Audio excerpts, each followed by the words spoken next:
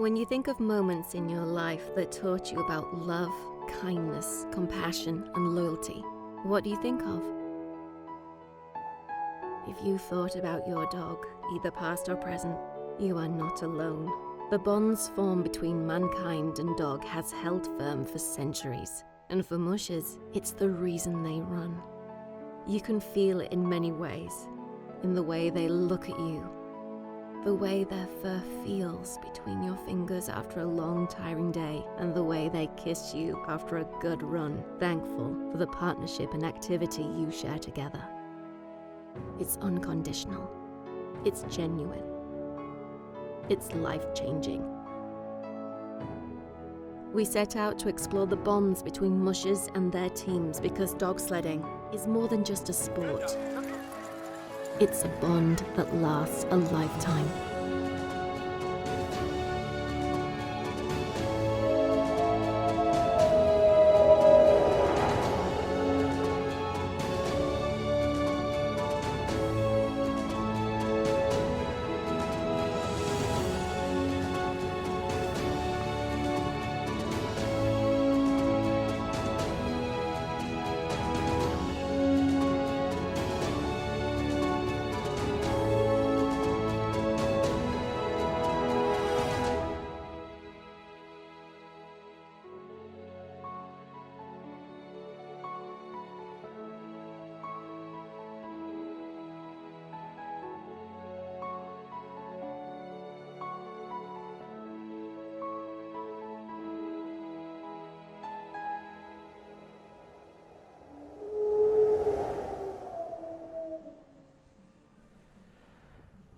Okay, I'm ready. I just hope I don't say anything stupid.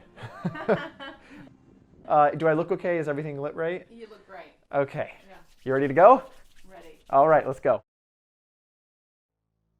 Hi, my name is Robert Michael. I am 29 years old. I live in Los Angeles, California, where I work as an actor, producer, and director. I've also helped run and manage a few canine organizations in West Hollywood, but before any of this, from about 1996 until 2009, my family was heavily involved in the sport of dog sledding out of Michigan. Yes, Michigan. You probably weren't expecting to hear that. Alaska, though occasionally Antarctica, Greenland, Finland, Norway, or even northern parts of Canada, is the usual go-to place when you think of the sport of dog sledding. Harsh terrain, cold temperatures, Native Americans, Inuit cultures. It's also where most of the legends come from our American pop and film culture, including Snow Dogs, The Great Alaskan Race, The Call of the Wild, Balto, Togo. The list really is endless.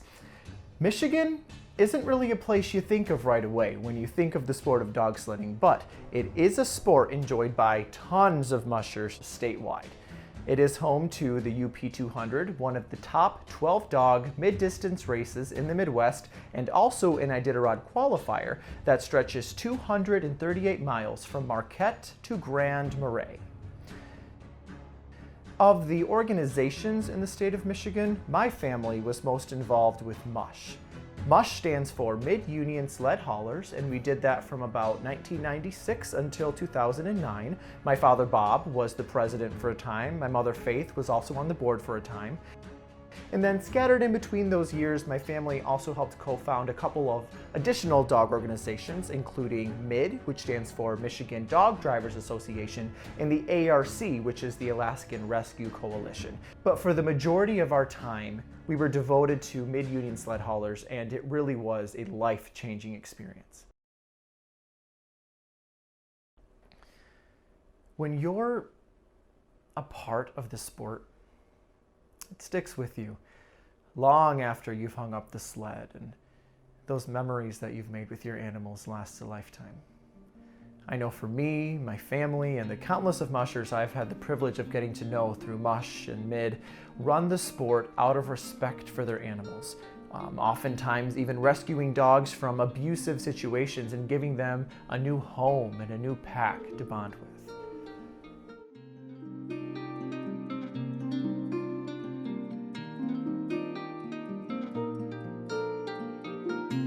The bonds that mushers make with their teams is unbreakable. Long after those teammates have passed away, that bond still lives with them. And it's been a very long time since my family has raced and we've all relocated to different parts of the country, but I know that the spirit of the sport still lives with them. Now, some 11 years later, deep in the south of Texas. So, let's pack my bags and go pay him a visit.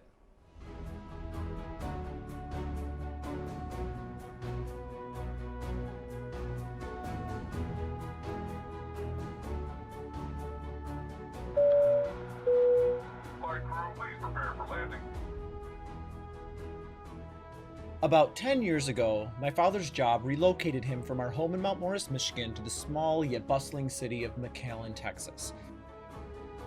It was around that time that our dedication to the sport of dog sledding had to come to a close, beginning the next chapters of our lives. You can change your home, you can change your address, but you can't erase the memories after you leave. And I'm excited to dive into them again.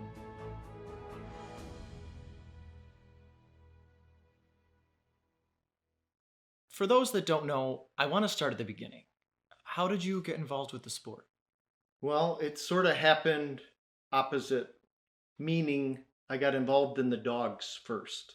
Long story short, got into an Alaskan Malamute, started researching more about the breed and what they were used for, which led me to sledding. We were actually looking at a particular dog, and behold, there was this Malamute in the kennel that popped his head up through the kennel, and he just kept looking at my husband. And my husband was looking and said, "Is that dog available? Is that dog available?" And I kept trying to get his attention and said, "Hey, we're supposed to be looking at this dog." But we ended up getting the dog that stuck his head up, and his name was Yukon. He stole our hearts. He was my husband's baby and an amazing, amazing lead dog. Very, very smart. And he basically taught our whole team. So I guess it started with Yukon.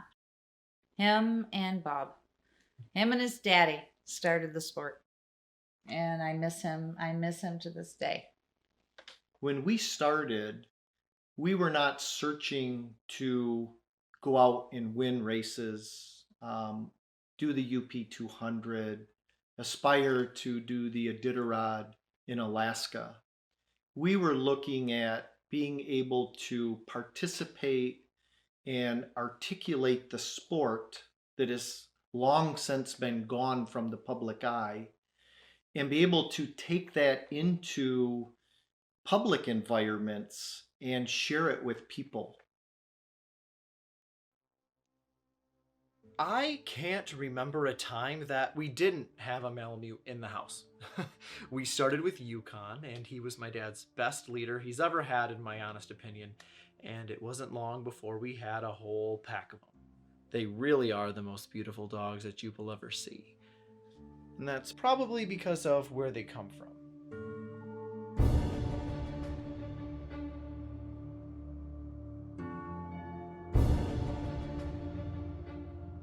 The Alaskan Malamute is one of the oldest known sled dogs, utilized by the Malamute tribe in the region now known as Alaska. Originally used for hunting seals, warding off polar bears, and pulling heavy loads, the Alaskan Malamute is one of the most popular sledge dog breeds in the sport today, known for their strength and endurance. Harnessing a strong temperament, the Alaskan Malamute has a very independent mind of its own. What was it about the breed that attracted your attention? We were looking for a pet, a family, a friend that we also wanted to use in the sport of dog sledding, and the Alaskan Malamutes fit that to a T. They're more the Clydesdale of the horses. They're the bigger drafting dogs. A pack-oriented, very beautiful, working type breed dog. It encompassed everything that a man would want in a dog. So while you were running with the team of Alaskan Malamutes, my sister Amanda was running with the team of Alaskan Huskies.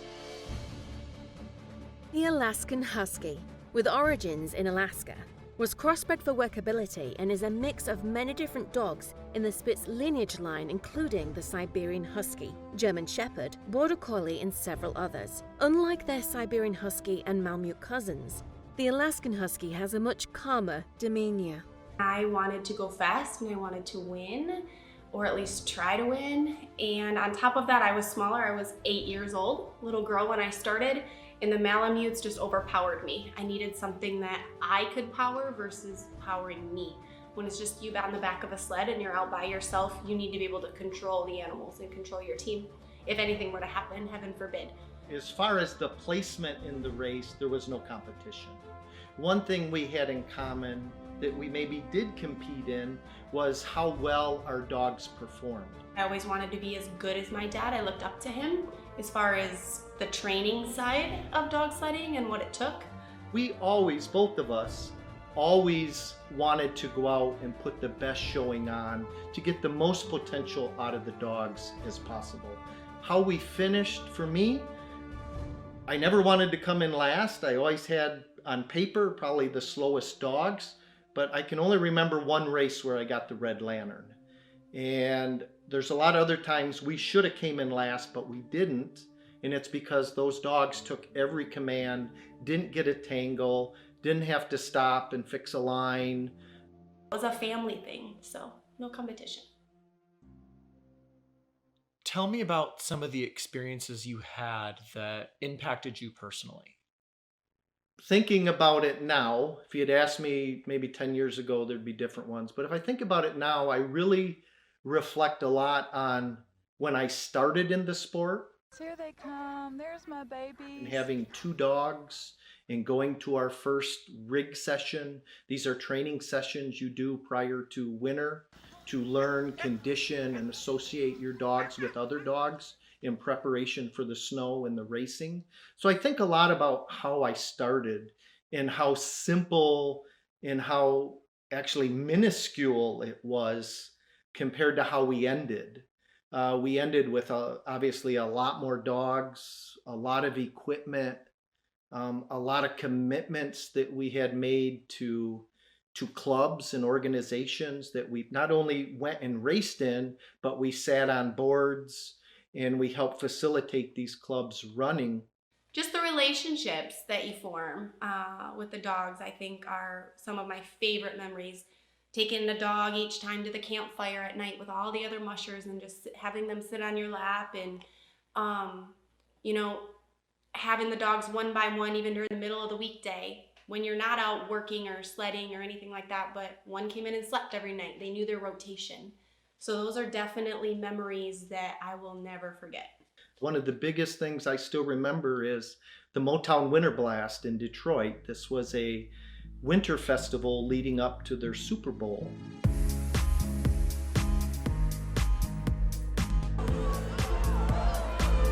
And we, along with some other family members and friends we brought 96 dogs to camp on the streets of Detroit prior to the Super Bowl.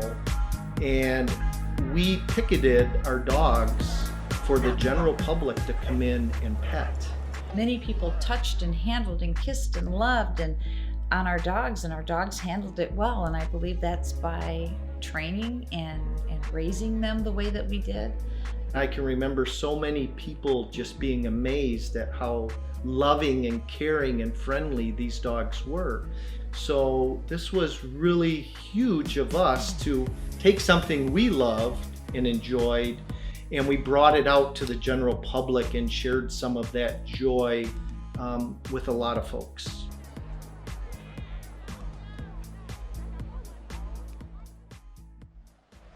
You were a musher for years, and it takes a lot of patience, perseverance, and strength to continuously run and train a large team of dogs. I think people not even in the sport would understand and agree with that. But it also takes a lot of love. Would you agree? Yeah, you have to love it. Your dogs really meant a lot to you, didn't they? When I got into sledding,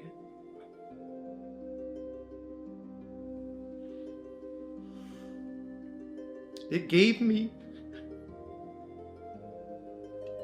something more.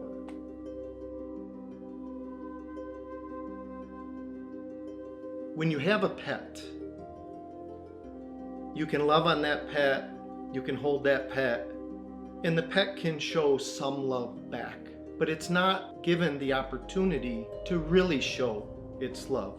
You can teach anything to be fearful enough to do something for you, but if you want to truly be competitive or you truly want to get the most out of your animal, it starts with the relationship. If you build that foundation and you have that relationship with each and every animal, each and every dog on your team, your dogs are out there pulling out of love. They're not pulling out of fear. So the fact that I did build a relationship with every dog that I had, I think definitely made me as successful as I was when I did it. There's days where you can see maybe that dog's heart's not in it 100%, but it's still going down the trail, pulling you and doing something with you. And then the other days where it's just banging on its harness because it wants to go. There's a deeper commitment there between the owner and the dog. And you can't experience that unless you really go out and put the animal in an environment outside of just your household, where it can actually demonstrate what you mean to it. I look back on it now and it's almost a little sad. You know, I wish you could take those memories and those dogs with you. So it's kind of sad you don't have them anymore. And it's like losing a family member that you only got to share for 10 years. You didn't get 60, 70 years with them, you got 10. That's what resonates with me, is you still miss them. We'll never have another Malamute. Never. And the reason for that is because I don't think that we can never replicate. Those dogs were one of a kind. Our dog team that we had, in our eyes, I should say, was one of a kind. We loved them. They were our family. And you can't replace them. I do have a little jar here that contains one of our last Malamutes that passed of old age.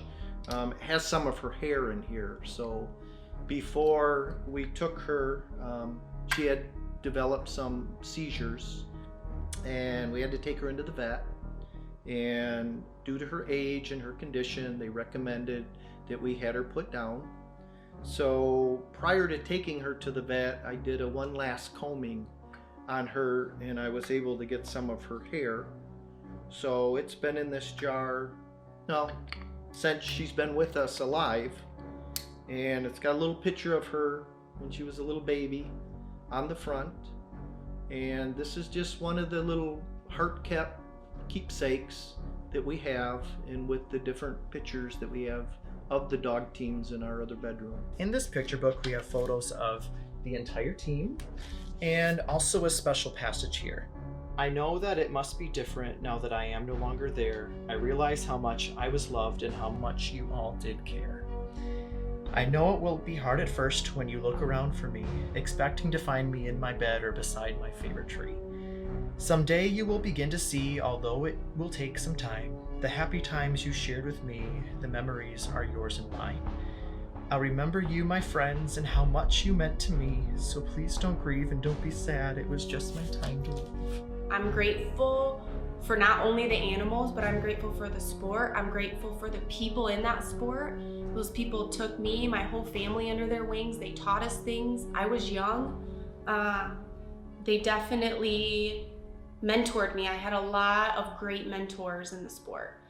You get out of it what you put into it.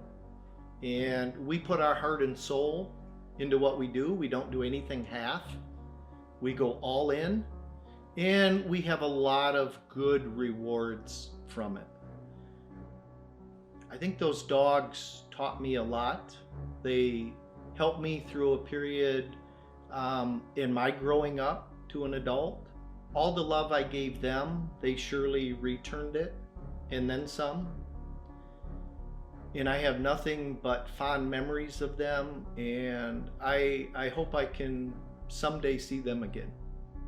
Thank you for letting me teach you and raise you, and just thank you for being a part of my life and a part of my heart, and thank you for touching it in ways that I didn't know a decade later that I would still think about, still cry about. So thank you. The dogs made it worth every minute, and I enjoyed it very, very much. To say my trip to Texas was invaluable to this film would be an understatement.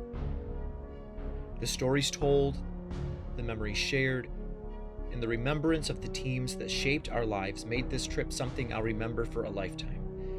With a heart full of love and a mask on for COVID, it was time to head back to Los Angeles to determine the next step of the journey. And I think it's time to return to where it all started, Michigan. Michigan is a beautifully diverse state full of wildlife, recreation, farming, cities, arts, and native culture. It's also home to a wide range of dog sledding families and organizations. Most people associate the state with their favorite sport team, politics, or having the largest freshwater lakes in the world. But to mushers, it's simply home. Back in Michigan, countless numbers of mushers partake in the sport of dog sledding from late fall to early spring. And it surprises people, to learn that dog sledding doesn't just happen in the winter. We always assume that you have to have snow. But what do you do when there isn't any?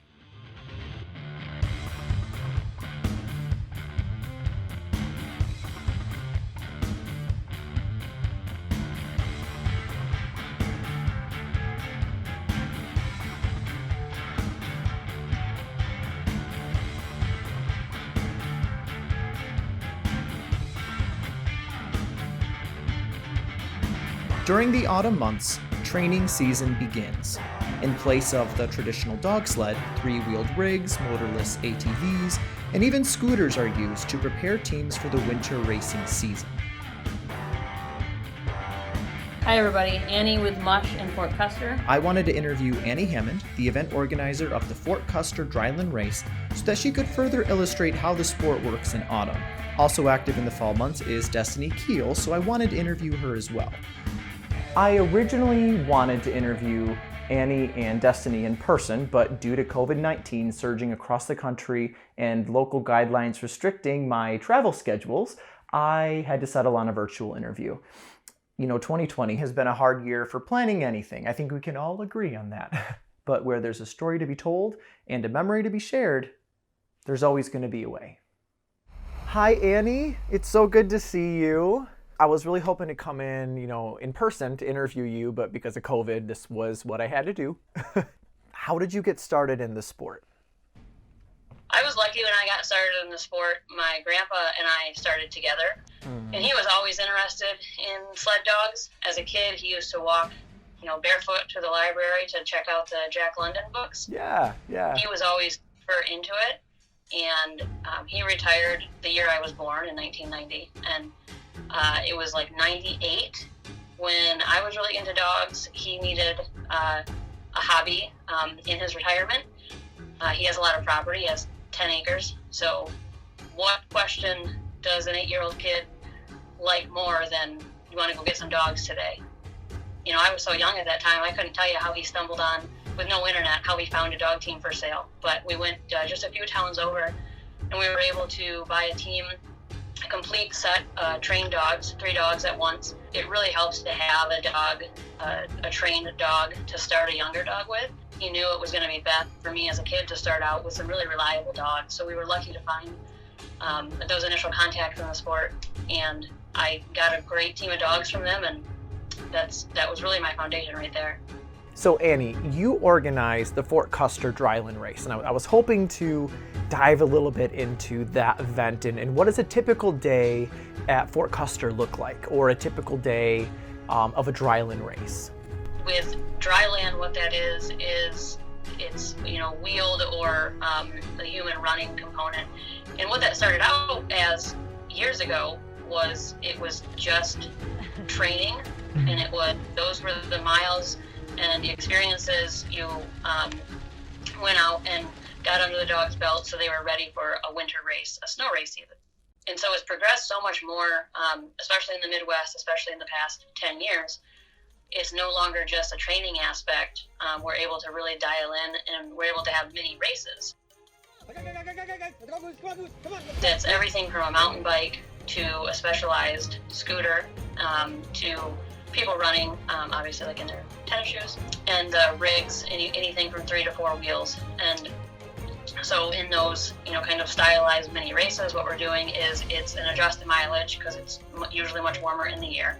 But you're talking October, November. Sometimes you can do an early spring one depending on your region of the country, maybe like a March, April.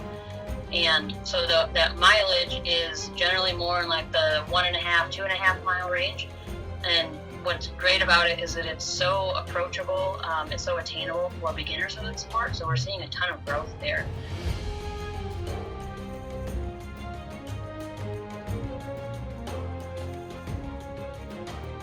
It's such an accomplishable first step because you don't have to have a ton of high-end equipment. You can have a bike, you can have a pair of shoes. If you can run a mile, you're welcome. You can come out and be on the same trail as everybody else, experiencing those same things, and it really can initially level that playing field and be a great place for new people to join in. Good girls, good girls. Hover! Good girls, good girls. Okay, let's go. You're welcome. Come on, let's go. What are some of your most favorite experiences or memories with the dogs you currently have on your team, and also the ones that have passed away? I would say I really like the racing aspect, crossing the finish line, with all dogs happy, and you accomplish that together with dogs who are well adjusted and excited to do what they do and happy to do it with you, and the achievement together and accomplishing that to me is the best feeling. One training day, we went out on the sled, and I gave the command to go paw or left.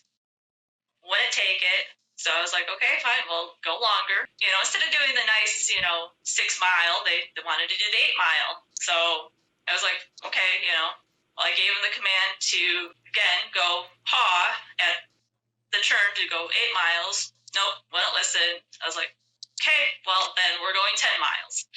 By the time they got back, they were so tired. Every single time after that point that I gave a command, whether it be training or race, my female leader would nip him in the ear as soon as I gave a command to make sure he took that command.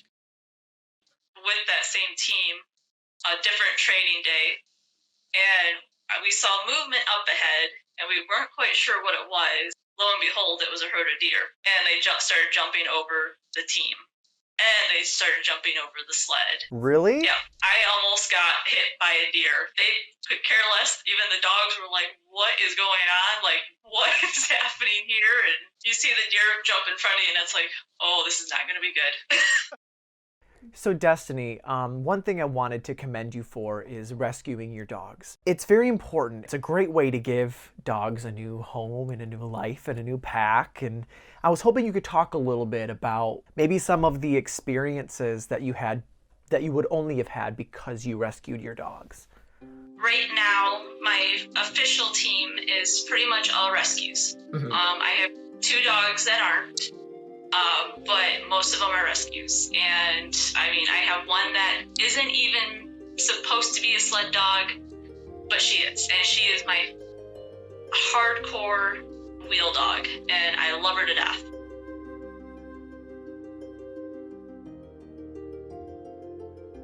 One of the dogs that I got was seriously abused. She was shut down. You could just see it in her eyes and her face. And, she was scared to death. And doing harness work with her, gaining her confidence, she's my best leader I've ever had.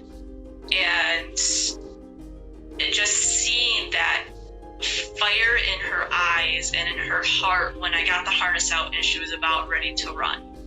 She just opened up into a whole new dog. And it's very hard for me to explain, because just the pure enjoyment that they get out of it, and it gives them a purpose again. One of the most common arguments against the sport of dog sledding is that it is abusive, that we are forcing these dogs to run against their will. The sport should be banned point blank, no exceptions. But what people fail to recognize is that in most cases, it's the exact opposite. These dogs love to run. A lot of people will rescue animals from abusive situations, and by doing a sport together, they form a bond and the animals find solace, comfort, and purpose in the shared activity. Looking back at your experiences and the memories that you had, if you could say one last thing to your dogs that have passed, what would it be? As far as like the teams that have passed away, it would be that they have helped me become who I am today. I think the easy answer would be thank you. And then I would definitely ask them to list the top 10 maybe really stupid decisions I made. You know, so I have to give them props, and I really wish that, you know, I could go back sometimes and do it all over again. You know, start from when I was a child and just run with those dogs one more time, just to be with them and, you know, get that experience all over again, because it is the best experience in the world. They would have memories where they were like, well, you said G instead of ha, and you missed. That sort of thing would always be super interesting to hear, just to learn from them, to, you know, continue to better myself.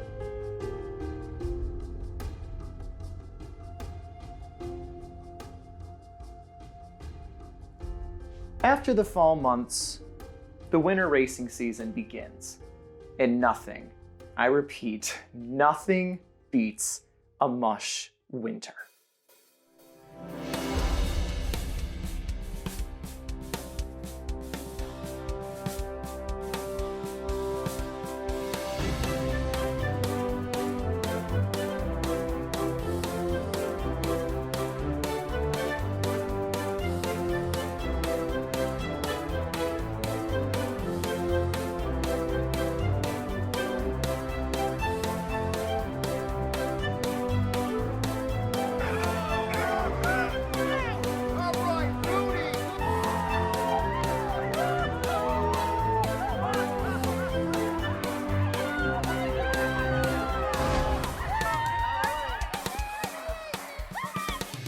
Participants in any event of the Mid-Union Sledge Haulers agree to abide by the following statement. There shall be no cruel, inhumane, or abusive treatment of any dog, through deliberate action or inaction, through knowledge or ignorance, with or without implement. Nor shall anyone deny a dog adequate care.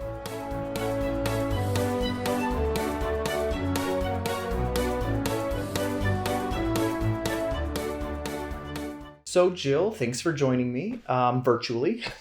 Let's get the big question out of the way first. How did the mushing journey begin for you? I had a friend who had a dog that had one puppy who needed a home. So I got this free puppy.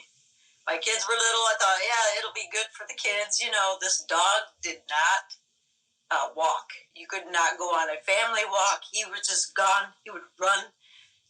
No recall, no anything. Come to find out, his father was a husky. So I needed to get some of this energy out of this dog, started biking with him, which was a little dangerous for me. I told my son we could get any kind of dog he wanted. So he did some research, and he decided on a Siberian Husky.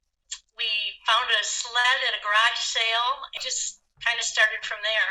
And I did get in with a group of people from the Mush Club, and that kind of got me started in the whole, got a sled with even just one dog. I got a sled, and then just started, I rescued a Siberian from Wisconsin to have 2 dogs, and that was my first race, 2 dogs. I was vet tech, and I kept rescuing Huskies that people didn't want, so I ended up with about 10 dogs at one time. The funny thing is, when I grew up, I had animals, but there was only 1 at a time or 2 at a time, a cat or a dog. But when I met Anne, she had 7 dogs. and I couldn't understand why anybody would have that many animals. When she decided to join with me in life together, the dogs came along with her. One of Rick's narrow trails. It's a sled driving trail. Jeep. Ted and Ann Nelson, as well as Jill Miller, are very active within the Mid-Union Sled Haulers organization. Jill also sits as the director of publicity. Now, some of my family's fondest memories in Mush were with these people, and with the people in general.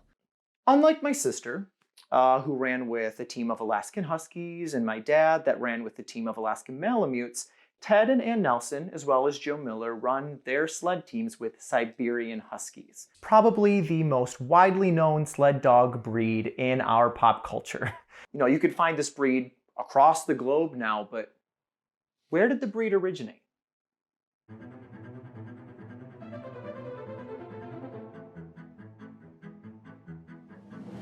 Siberia. 5 million square miles of dense forests and mountain ranges, and home to roughly 34 million Russians, including the indigenous Chukchi people of eastern Siberia, the closest Asiatic relatives of the indigenous peoples of the Americas. The Siberian Husky, developed by the Chukchi people for sledge pulling, hunting, and companionship, can be characterized by their pointy ears and distinct eye color. Brought to Nome in 1908 for sledge dog racing by William Gusak, the Siberian Husky would become a preferred choice. I love their sense of humor. They're very intelligent and they're very affectionate and they're beautiful. I've always wanted a Seppala. Yeah. And I had a chance to get 3 of them. Compared to the mainstream sides, they're a lot more athletic. They seem to learn a little faster. Leonard Seppala and his line of Siberian Huskies, led famously by Togo, are credited with running the longest distance of the life-saving Serum Run in Alaska in 1925. A relay of respected mushers was organized to expedite the delivery, and Seppala was chosen for the most unforgiving part of the trail. This life-saving journey, known also as the Great Race of Mercy, is commemorated every year with the Iditarod, a roughly 980-mile race from Anchorage to Nome. You know, it's interesting to look back at the Serum Run, because here we are, 2020, throes of a pandemic, vaccines about to be distributed. And it'll be interesting to see that in some of these remote villages and even tribes in Alaska and northern Canada, across the Yukon, etc., if they'll once again need dog sleds to help distribute this life-saving medication. It's interesting. Talk to me a little bit about the bonds that you formed with your team. I know your dogs mean a lot to you. I mean, we formed a bond with every one of our dogs, and then throughout our life together, we have had probably over 60 dogs. And dogs passed over the years, and now we have 16. We've done television programs for news organizations locally to talk about both dog sledding and the love that people who do this have for their animals and the bond that they have with their animals. Now, I'm getting the sense, as I hope the viewers back home will be getting as well, that your dogs aren't so much just a part of your team, but they're an integral part of your family. It's so natural for us to be with these dogs and to train them and to enjoy them. It's hard to describe, but people say, you know, we love our dogs like our children. You kind of do. We're responsible for them, and we try to keep their lives as comfortable. And I'll lay at night and think, oh, I hope they have enough straw in their houses. I don't want them to be cold tonight. Or, oh, I hope their water didn't freeze. You have all these thoughts just like I did when my kids were little. I've had pets in my life, but until I started dog sledding, and Anne is one who knows animals. She understands animals. She has this unique ability that she can see them different than a lot of people. I admire that about her, and that's a big part of her, and that's why I fell in love with her, is because of that love for animals that she has. When animals are pulling you around in the snow, having the time of their life, just enjoying it, And when you stop and they're panting and they're eating snow and you walk up and they look at you like, aren't we having fun now? And it's like, they're doing this for you. And they're having more fun than you are. And just that bonding with animals, I don't know how else you could replace that. That's a very special thing that Anne brought into my life with these dogs. And I would never have had it without her. Good dogs. My one lead dog, Frodo, he was just so smart. And he was kind of quirky that way, you know. The other dogs kind of look at him differently because I think it was so smart. And he would pop the gate of my kennel up using a stick. Well, we were at a race in Drummond Island, and we were like in the lead, I think, for first place. Came to the spot where you turn left to go to the finish line, and he didn't want to. He wanted to keep going. And I could see the second place person coming up, and we had this argument out there of like, turn left, let's go in, let's go in, let's go in. This is the second day, come on, we got first place, let's go in. He would not do it. And that person passed me, and she took that left, and he didn't even follow her. And I made him go, and I wish I would have just let him go, you know. Stop. I wish I'd have let him go and just enjoyed it again one more time. They're never forgotten. Every dog we've had, we remember. We live out in the country, and the dogs that have passed are all buried out here, and we have their names all on a post. And we go by that every time we leave the chute with the dogs. And those dogs are still part of this kennel. We go by them every time our dogs go out. And our dogs a lot of them are progeny of those dogs that are buried. Their parents and grandparents are buried out there. Our kennel is together from the start, and they'll be together until the end. Jake.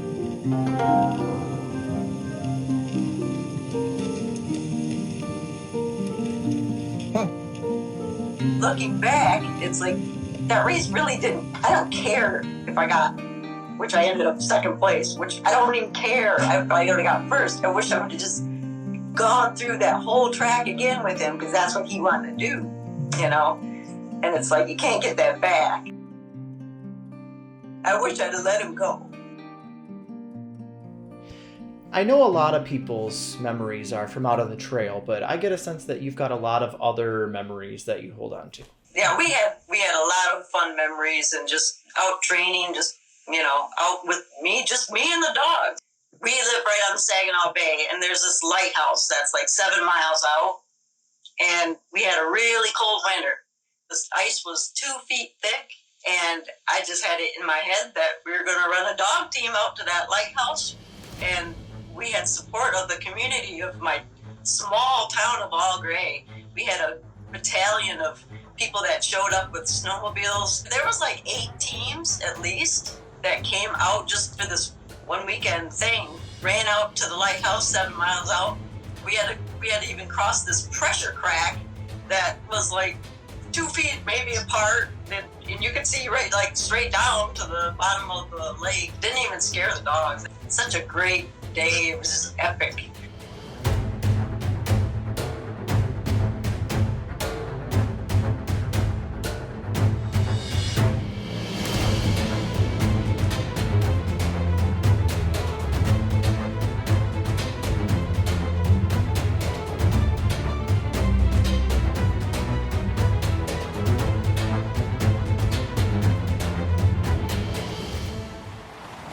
Now, Jill, you do a lot to help educate on the sport of dog sledding as well, correct?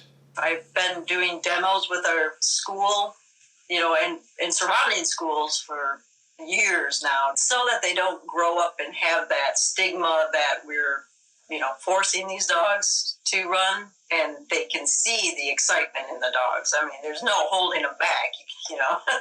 Once they see that, and, you know, I've given their teachers a ride, and it's like, they just think that's the coolest thing ever.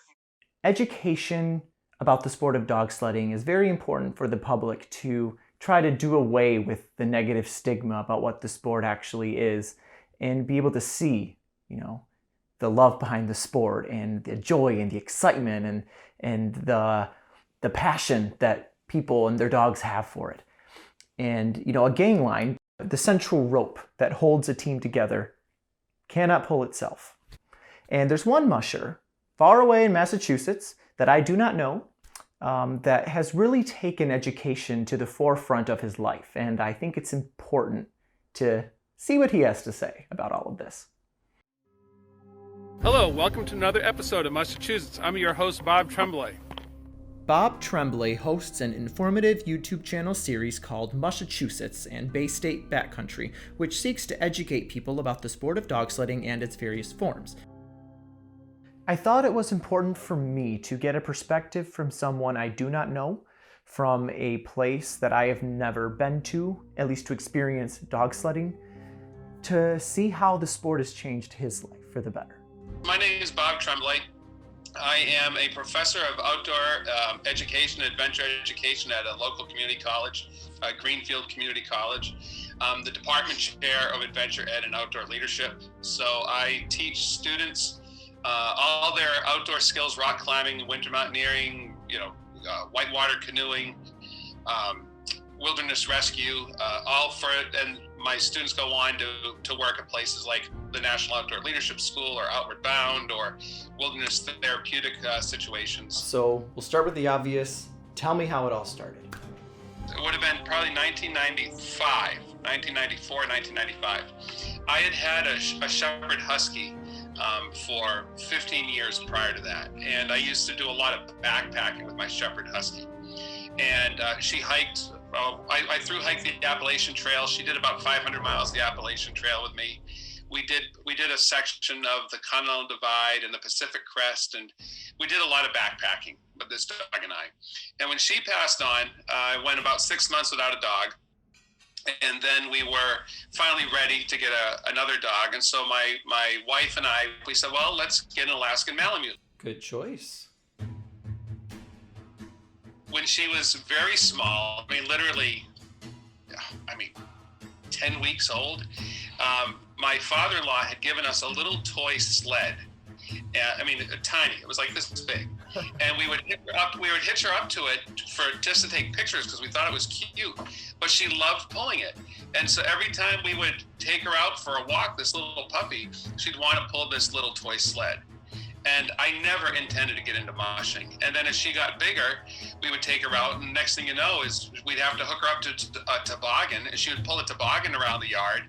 And then we were given a dog sled, and we realized, well, she needs a companion. So we got another, a male, and then we had the two dogs, and then they taught us to dog sled. Is the short story.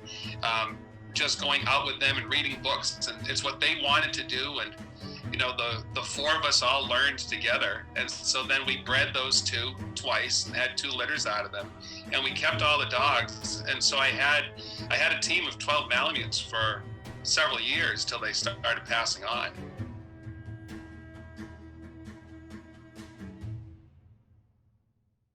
Well, we're back to the car. We probably ran about 1.5 miles, maybe just shy of 2. The dogs loved it. They were really tearing into the snow. I wish there was more snow. There's definitely some big bare patches that I had to run across, but when we had the snow, I had great glide. Oh, they were moving good. There was a lot of low-hanging snow on the branches, a lot of ducking, and I got dumped on a few times, but it's great. This is a real treat for Halloween, so and hopefully a sign of a great winter to come. I love being out there in the woods because you end up learning to experience the natural world through their senses, because by being alert to the dogs I'll see that they'll respond or they'll turn to something they hear or smell, and it's something that I can't pick up, and I know they're not lying. And so I'll always try to pay attention to what are they responding to? How are they interpreting that? And I just find that very exciting because I see the world through literally completely different eyes, because I try to see what they're cueing into, what they're responding to, taking them for a walk. And it's actually a video I'm going to shoot, but you know how when you're walking your dogs, they're all over the place, they're sniffing here and there, and that's their social media. they're going out there and they're smelling and sniffing things, and that's how they're checking who posted here today. Who is the last? What do they eat? Who are they with? How old are they? Are they single? That's their social media, and I just get I love being with them because I experience the world through their senses. They're very much an important part of our lives. They live in the house with us. They sleep with us. We're within feet of them probably 16 hours a day.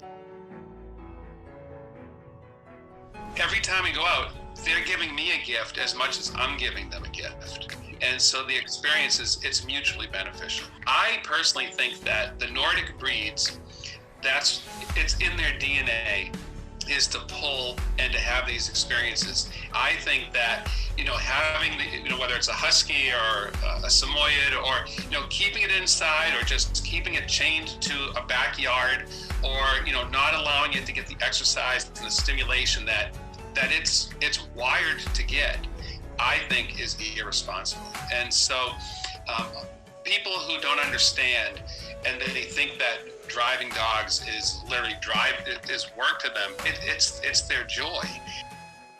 Get yourself out there recreating with your dogs.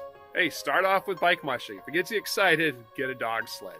But both are really fun, they're enjoyable, they're exciting.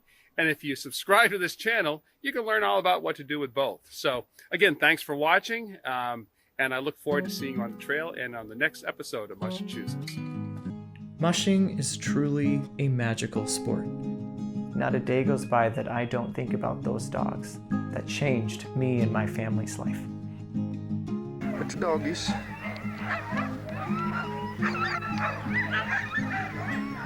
Bunch of different people. This is Mount Morris, and it's one of the dog training sessions. I see you. I see you. It's very cliche, but I would say thank you. They're never forgotten. I hope that you had a good life and that I was able to provide that. I guess you always look inside any dog or any animal you care about and wish you knew what they were thinking, because they can't tell us. I've been burning up the track like fire, fire seen me through. Pick the right train, I could be rolling back to. Take it now and to see my face, man, sure no need to tell me this is the right train. Our dog team that we had was one of a kind, and we'll never have another one. My ticket, book my place, buckle up, let's go. I know that this is the right train. It's the right Pets train. cannot stay with us for a lifetime, as much as we hope and pray and wish they could. They leave us. But for mushers, they don't actually leave. They stick with us. They leave tracks, like little heartprints in the snow. And I've been burning up the track like fire, fire seen me through. Pick the right train, I could be rolling back to you.